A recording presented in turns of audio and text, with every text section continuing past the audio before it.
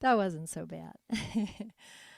Oh, well, good morning, everyone. What a blessed day. What a blessed day. I'm so excited. And I just want to first say that it is a great honor and a joy to begin today as your spiritual leader of Unity at the Lake. I have loved this community. I've been visiting Unity at the Lake since the early 90s. I can't remember when I first started, but it was when you were all over at the senior center. And I remember helping hang up, cover those bingo signs.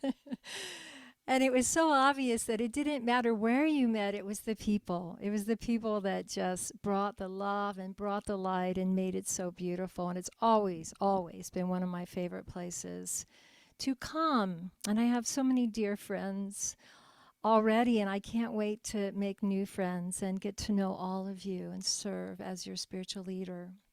So I'm excited that our paths have joined in this way and that we will walk this spiritual journey of awakening together. So I have been contemplating what to speak on this Sunday. And I just kept feeling like what we need is comforting. What we need is soothing and calming for our nervous systems and for our minds and for our emotional body, because the world around us is literally on fire. We've got fires and plagues and droughts. Oh my, right? Um, in the Wizard of Oz, when they were so anxious and they were walking down the yellow brick road chanting lions and tigers and bears, oh my. Remember, they went to the Emerald City for rest. They had this moment in time where they had this time of renewal. And remember how the scarecrow got restuffed and the Tin Man got re-oiled and Dorothy got pampered and renewed, and even the little dog Toto got grooming.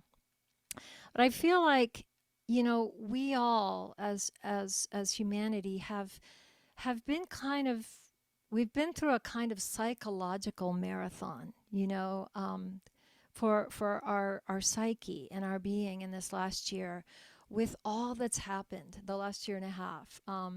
You know, where the circumstances have been so demanding, and we've had to face unprecedented change in how we live, and we still are facing that, and it's so unknown. There's so much kind of insecurity with the way life is right now. It's all changing so fast, and from day to day, we just don't know.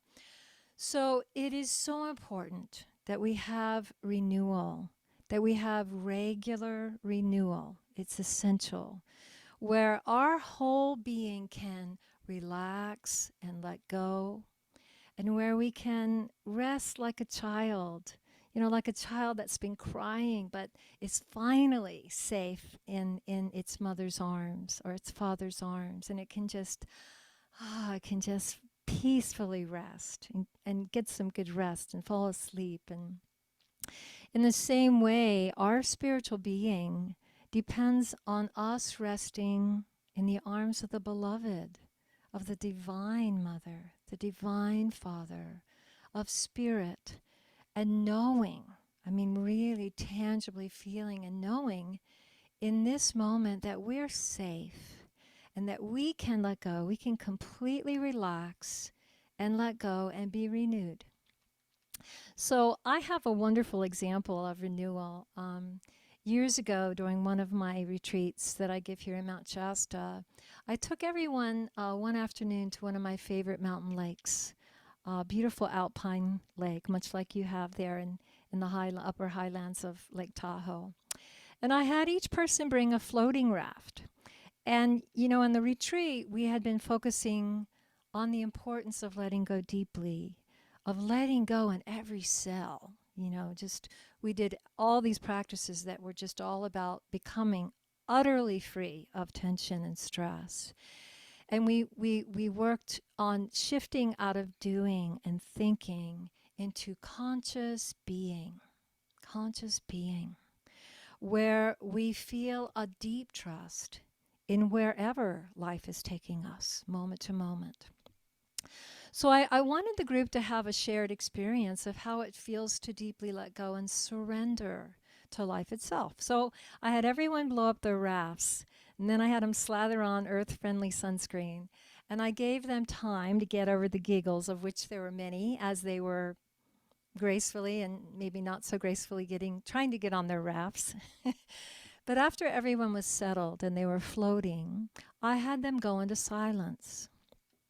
And the lake was small enough that they wouldn't float off too far away, unlike Lake Tahoe, where you could easily float into a different state.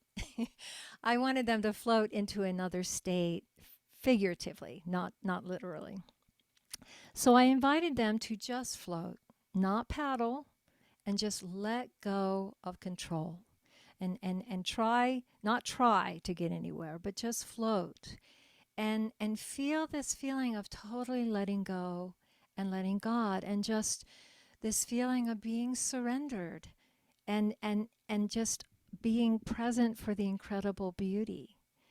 And something magic happened. The peace that we all melted into was so profound. The silence was so palpable.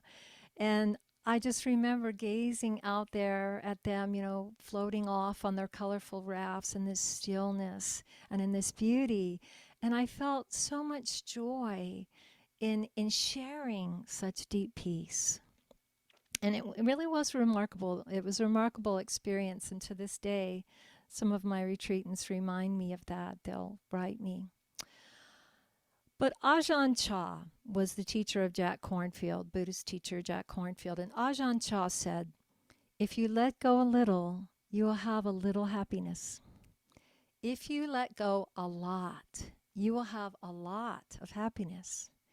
If you let go completely, you will be completely at peace. You will have complete peace.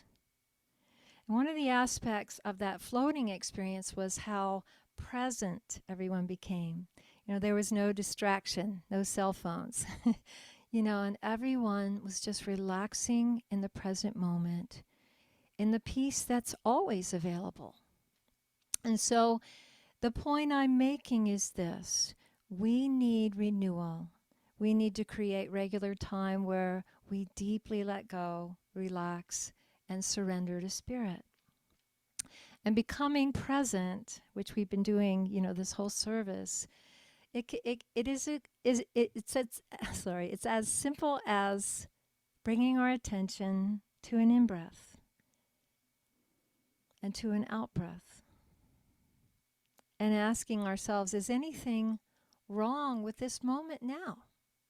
Actually, this moment now, I'm okay. I'm okay.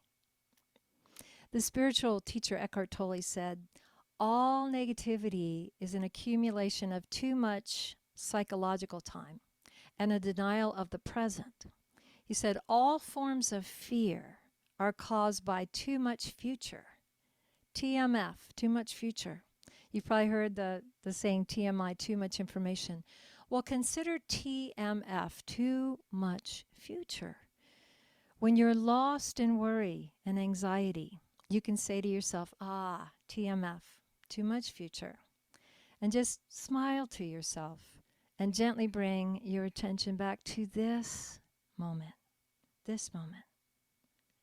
where most often nothing is wrong. Nothing is wrong. And no matter what happened yesterday or what might happen in the future, right now and here, peace is possible. We can think of the present moment as a place to rest in the eye of the storm, to mentally float on our raft of peace. The storm that we as humans most often deal with is anxiety, is fear and anxiety.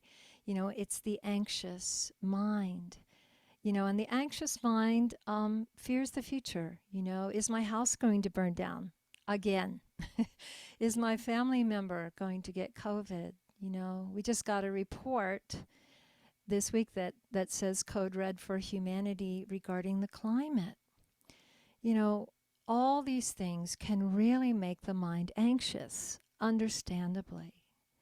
But if we are overly anxious about the future, we're less able to be present with creative solutions for the future. In the Sermon on the Mount, Jesus said, "Do not worry, be not anxious, do not worry." Can worry add a single hour to your life? And of course, we need to put aside time to think about the future. We need to consider the future, but from a place of clear and calm mind. My best friend and I used to like to watch that old TV series, I think from the 70s, Kung Fu. Because my friend's a martial artist, and I love the Taoist teachings. And I remember a scene, one of those episodes where David Carradine's character Cain, who was a Shaolin monk, Cain was in a jail cell with this other man, this kind of unsavory character, and they were both going to be hung in the morning. And so Cain was peacefully meditating, just as calm as could be. And when he finally opened his eyes, the other guy said, "How can you meditate? We're going to hang in the morning," And Cain, in his ever calm and serene way, said, "Does worrying change the future?" And the guy, for a moment, stopped worrying. It just stopped his mind. And it was a wonderful teaching. Does worrying change the future? It may by paralyzing us with fear so we're less capable of creating a better future. But it doesn't improve. It certainly doesn't improve the future. One of my favorite unity teachings, I'm sure you've heard it before, is that thoughts held in mind produce after their kind. Thoughts held in mind produce after their kind. If we're keeping in mind all that we fear might happen, what future are we producing? So a better way is to take care of our mind. As the Apostle Paul said, be transformed by the renewing of your mind. Our brain, our amygdala's job is to focus on what is most dangerous. It actually has a purpose, and that's to help us survive and to evolve. And it's done a good job keeping us alive. And so I like to treat the anxious mind like a frightened child, like a frightened child in me that needs soothing. We can take it by the hand and say, "I'm here and I hear you. Thank you for trying to keep me safe. But you can relax now. You can calm down. You can notice that right now things are actually all right. And you don't have to worry. You don't have to worry." So the present moment is the eye of the storm. With one breath in and one exhale, we connect our body and our mind. We relax and discover we are all right. We are all right. Can we take a moment, just breathe in and breathe out, and just emit peace, collectively emit peace. Our world needs this peace. We just send it out. In a conversation I was having last week with a friend, I was sharing that I was really excited about becoming your spiritual leader. And she asked me, what exactly a minister, what is it that a minister does?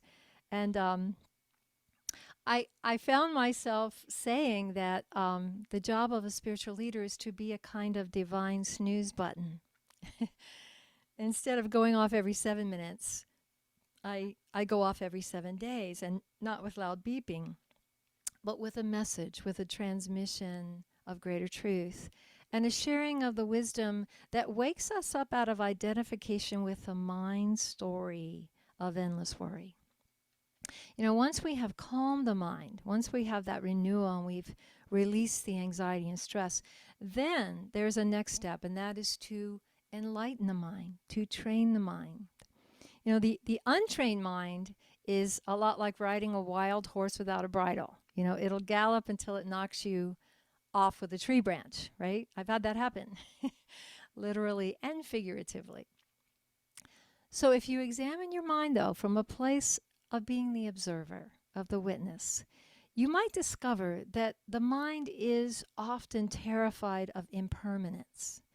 The mind doesn't like change, you know? It makes it feel insecure, right? And yet, the nature of form, the nature of this world is change. So we need to teach our mind to accept and even appreciate and embrace impermanence. And one of my songs is called Wake Up. Wake up, you sleeping gods. And it's about waking up and shining light on the ways our thinking limits us and brings us suffering. There's a beautiful scripture from the Bhagavad Gita that says, the self is the light. The light is covered by darkness. This darkness is delusion. That is why we dream. When the light of the self drives out our darkness, that light shines forth from us, a sun in splendor, spirit revealed. You know, we are, each one of us, a divine being. We are capable of shining with the light of 1,000,000 suns. That is our destiny. That is what we are capable of. We are that. And if we believe we're less than that, then we are dreaming. We are not awake. So the spiritual masters, you know, they all talk about how humans are mostly asleep and that we take the dream of this world of form to be all there is. You know, we don't seek to discover what is beyond form.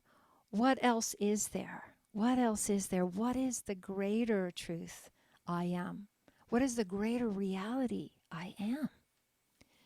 In Hinduism, they talk about Maya. They say Maya is born and it changes and it evolves and it dies with time. And then there's Brahman. Brahman is the source of everything. It's the source of Maya. And Brahman is eternal. It is unchanging, absolute consciousness. Most people, though, are not fully in touch with the eternal being of themselves. If they were, they would be fearless. If they were, the anxiety would dissolve. You know, that we are not yet, most of us, in this world, but not of it, as Jesus described when he said, I have overcome the world. I have overcome being identified with form and lost here, right? So I like to think of it this way, you know, we, just for the amazing adventure of it, the consciousness we are just poured itself into this suit of a human body, you know, and we got a name and a personality. And as part of this adventure, we gave ourselves amnesia about our true essence, of our true self as consciousness. But because, after all, we are infinite intelligence, we made sure to turn on that divine snooze button. So it would go off every so often in our lives to wake us up, you know, so we wouldn't get totally lost here in this world. And I think one of the most creative ways that the God of our being came up with to wake us up, the snooze button that goes off, was through this thing called suffering. That when we suffer, it's actually a brilliant creation to make sure that we don't get lost here forever. You know, if you look at why humans suffer, most of our suffering is due to the fear of impermanence. Think about it. What do we fear? You know, I'd love to have you tell me, you know, what is it that you fear? You know, when I think about it, you know, it seems like we fear aging. We fear getting old, and, you know, we fear, you know, losing our form slowly, right? We fear dying. We fear losing our home in the fire. You know, we fear our loved ones leaving. You know, all these things that come and go. You know, we want to defy physical laws and not have the things we're attached to go. You know, but there comes a point in our journey, our spiritual journey, where we get tired of fearing. We get tired of anxiety, and we dig deeper, and we want to wake up from the dream, because it's starting to feel like a nightmare. And we do that by looking deeply at and understanding the nature of impermanence. You know, in Buddhism, they say understanding the nature of impermanence is one of the most important aspects of spiritual awakening. So let me tell you a story. You may have heard this story. I love this story, though. It's a wonderful Sufi story. It's about a king who was so affected by the outer circumstances, by how the, outer circumstances and conditions were, whatever they were, that he had no equanimity. He was always torn between happiness and despondency, and the slightest thing would just cause him to lose his peace, and he'd get really upset, and it would provoke an intense reaction. And so his happiness would quickly turn into disappointment and despair. Well, the king finally got really tired of himself and living this kind of life, and he began to seek a way out. So he sent for a wise man, and the wise man was said to be enlightened. And the king said to the wise man, I want to be like you. Can you give me something that will bring balance and serenity and wisdom into my life? I'll pay any price, anything you ask. So the wise man thought, and he answered, well, I may be able to help you, but the price is actually so great, there's nothing you could give me. So instead, I'll give it as a gift if you will honor the gift. And so the king assured him, the king agreed, and the wise man left. And a few weeks later, he returned, and he handed the king an ornate box carved in jade. And the king opened it, and he found inside a simple gold ring. And there was an inscription that read, "This too will pass. This too will pass." And the king asked, what is the meaning of this? And the wise man said, wear this ring always, whatever happens, before you call it good or bad, touch the ring and read these words. That way you will always be at peace. This too will pass. Why are those words powerful? What is the wisdom? On the surface it seems like it means, well, be comforted in a bad situation, but don't be too happy if things are good because it won't last. But that is not the teaching. That's not the deep teaching. The deep teaching is that everything here is transient. Everything will change. It's all impermanent. If we can befriend that reality, embrace it, then our attachment lessens. And being detached, it doesn't mean we don't enjoy life. We enjoy the good here. And we enjoy it more because we're not filled with fear. We're not missing the wonderful present moment because we're anxious about the future. And so we are more free, when we are less attached and we understand impermanence and we embrace it, we're more free. And we're in touch with a deeper dimension of who we are. We're in this world, but we're not lost. We're awake. We're awake. Without impermanence, think about it. I would not leave my old job and start this new job being with all of you beautiful beings. Without impermanence, summer would not change into fall and change into winter. Without impermanence, night would not become day and become night and become day. So we are wise to make friends with impermanence. So in closing, I want to reiterate 3 takeaways, really three things that I believe, I really strongly believe, and I contemplate this a lot. What can help us be at peace and continually return to peace in these difficult times? The first thing, become aware of your thinking and how often you are in too much future, And you can use that little mindfulness bell. You can smile to yourself and say, TMF, too much future. I now return to this moment. And then number 2, take time to regularly float on a mountain lake. You have you have some beautiful lakes there, but I don't mean necessarily literally. I am speaking figuratively, that we use the tools of meditation, of prayer, of listening to sacred music, of taking a bath, lying in a hammock, walking meditation. That's what I do every day. Or maybe it is floating in a kayak or on a raft. But every day, consciously and intentionally invite your body, your emotional body, and your mind to relax and let go. and explore feeling surrendered to life. You know, deepen in trusting life, even though the mind doesn't understand, right? Third thing, regularly contemplate the nature of impermanence. Such a beautiful Buddhist teaching. They're so good at contemplating impermanence. They're so free from suffering from attachment. So contemplate impermanence. I love to walk. I walk at Lake Siskiyou here every day, and I walk alone. And I notice the incremental changes in the trees and the plants and the animals and the lake and the sky and the air. And, you know, it's all changing all the time. It's different every day, and I notice that. There's actually so much to love about impermanence.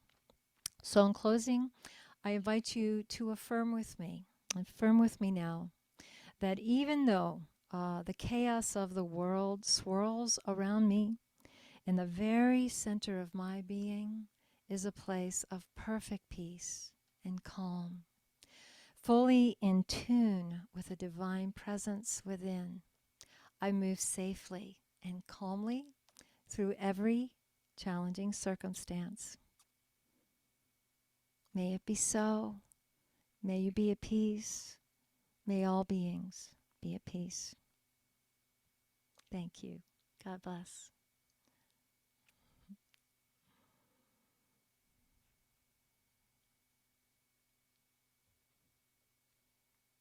Now I'd like to actually do something a little different that I like to do, and that is to invite you to share if you have any comments or thoughts or questions or